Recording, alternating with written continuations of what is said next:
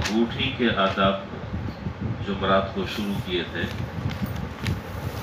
اور اس سے متعلق کچھ ابتدائی باتیں ذکر کر دی تھی۔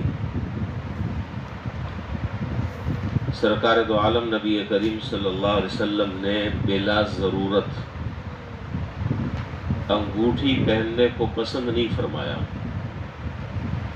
کوئی مجبوری ہو،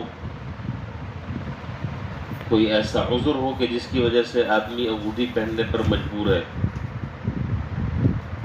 تو اس کے لیے بھی شریعت نے کچھ ہدایات مقرر کی ہیں، اس کے لیے بھی کچھ اصول مقرر کیے ہیں۔ ان ہدایات اور اصول کو سامنے رکھتے ہوئے اس کے استعمال کی اجازت ہے۔ اور یہ بات پرسوں ذکر کی تھی کہ جناب نبی کریم صلی اللہ علیہ وسلم نے جو انگوٹھی استعمال فرمائی اس کی ایک خاص وجہ تھی، اور وجہ یہ تھی کہ آپ نے روم کے جو بادشاہوں کو خط لکھے اور دیگر جو آپ کے فرامین ہیں، تو آپ کو پتہ چلا کہ یہ جو فرامین اور یہ جو مکتوبات ہیں، یہ جب دوسری جگہ پر پہنچتے ہیں تو وہاں کے بادشاہ اس کو قابل التفات نہیں سمجھتے، اس کو اہمیت نہیں دیتے جب تک کہ اس خط پر مہر نہ ہو۔ تو اس لیے حضرات صحابہ نے حضور صلی اللہ علیہ وسلم کو مشورہ دیا کہ آپ ایک انگوٹھی بنوا لیں اور اس پر جو ہے وہ نقش کیا ہوا تھا آپ نے، محمد الرسول اللہ اس پر نقش تھا، اور اس سے آپ جو ہے وہ مہر کا کام لیتے تھے۔ تو اس طرح کے جب خط جاتے تو ان خطوط کی بڑی اہمیت ہوتی، بڑے توجہ سے اس کو پڑھتے تھے۔ اس لیے کتابوں میں لکھا ہے کہ یا تو قاضی ہو یا بادشاہ ہو یا کوئی ایسا آدمی ہو کہ جس کو انگوٹھی پہننے کی ضرورت ہو، ہدایہ میں مسئلہ لکھا ہے، جس کو کوئی اس طرح کی حاجت اور ضرورت ہو کہ اس کے بغیر کام نہ چل سکتا ہو تو اس کو پہننی چاہیے، ورنہ نہیں پہننی چاہیے۔ اور یہ بات بھی ذکر کر دی تھی کہ انگوٹھی کا جو نگینہ تھا وہ نگینہ حضور اکرم صلی اللہ علیہ وسلم ہاتھ کے اندر کی طرف رکھتے تھے، باہر کی طرف نہیں رکھتے تھے، یہ بھی طریقہ ہے۔ اور آپ نے اس میں یہ نقش کروایا ہوا تھا محمد الرسول اللہ۔ اور آپ نے ایک بات یہ بھی ارشاد فرمائی تھی جو حدیث کی بعض کتابوں سے پتہ چلتا ہے، جس کو ملا علی قاری رحمۃ اللہ علیہ نے ذکر کیا ہے، کہ آپ کے بعد کوئی آدمی اس طرح کا نقش نہ لکھے اپنی انگوٹھی پر، یہ نقش نہ کرائے۔ البتہ اس پر بعض شارحین نے کلام کیا اور بعض شارحین نے گفتگو کی ہے کہ یہ ممانعت اس وقت تک تھی جب تک کہ حضور صلی اللہ علیہ وسلم موجود تھے اور حیات تھے، اس وقت تک کسی اور شخص کے لیے اس بات کی اجازت نہیں ہے کہ وہ یہ جملہ یہ اپنی انگوٹھی پر نقش کرائے۔ البتہ آپ کے انتقال کے بعد پھر اگر کوئی آدمی یہ اپنی انگوٹھی پر نقش کراتا ہے تو اس میں کوئی حرج کی بات نہیں۔ اور علامہ عینی رحمۃ اللہ علیہ نے تو یہاں تک ذکر کیا ہے کہ جس آدمی کا نام محمد ہو، جس آدمی کا نام محمد ہو، وہ یہ جملہ محمد الرسول اللہ نہ نقش کرائے۔ ہاں اگر کسی آدمی کا نام کچھ اور ہے اور وہ یہ کراتا ہے تو اس میں کوئی حرج کی بات نہیں ہے۔ بہرحال یہ حضرات محدثین کی بات ہے جو میں نے ذکر کر دی۔ تو حضور صلی اللہ علیہ وسلم نے جو ہے وہ یہ محمد الرسول اللہ یہ نقش کرایا تھا۔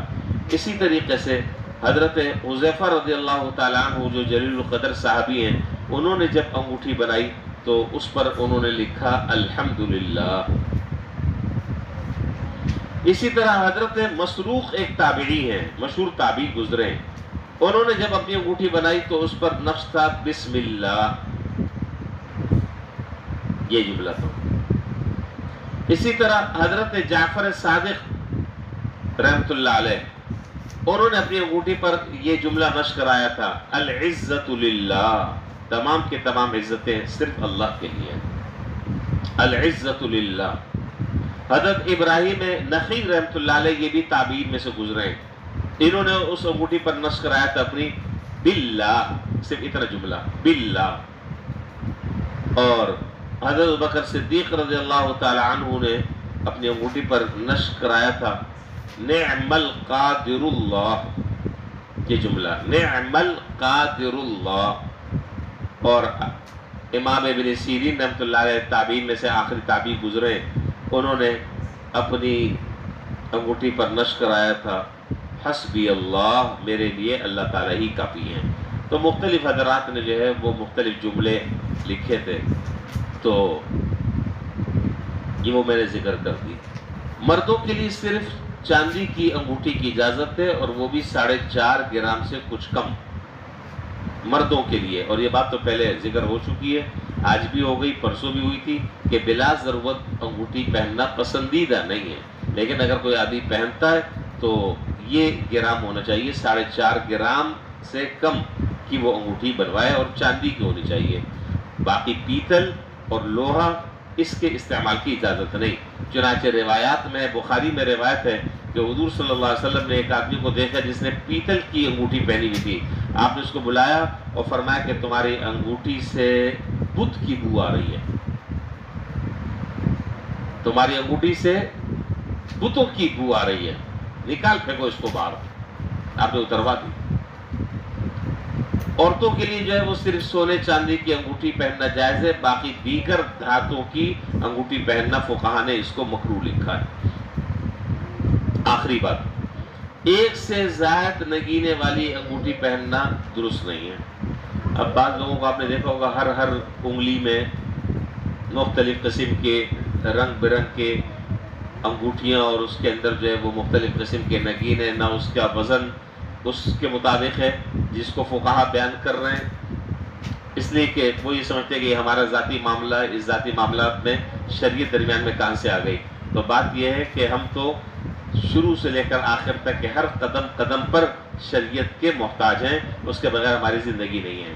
ہم مطلق العنان نہیں ہیں کہ جس کی کوئی لگامی نہ ہو، بے لگام ہو، ہم ایسے نہیں ہیں۔ شریعت نے ہر موقع پر جو ہدایت دی ہے ہمیں اس پر عمل کرنا ہے، اور اسی ہدایت کو ہم اپنے لیے دنیا اور آخرت میں نجات کا ذریعہ سمجھتے ہیں۔ اللہ تعالی ہمیں ان آداب کو سمجھنے کی اور جب ضرورت پڑے اس کے مطابق عمل کرنے کی اللہ تعالی توفیق عطا فرمائے۔ وآخر دعوانا الحمدللہ رب العالمین۔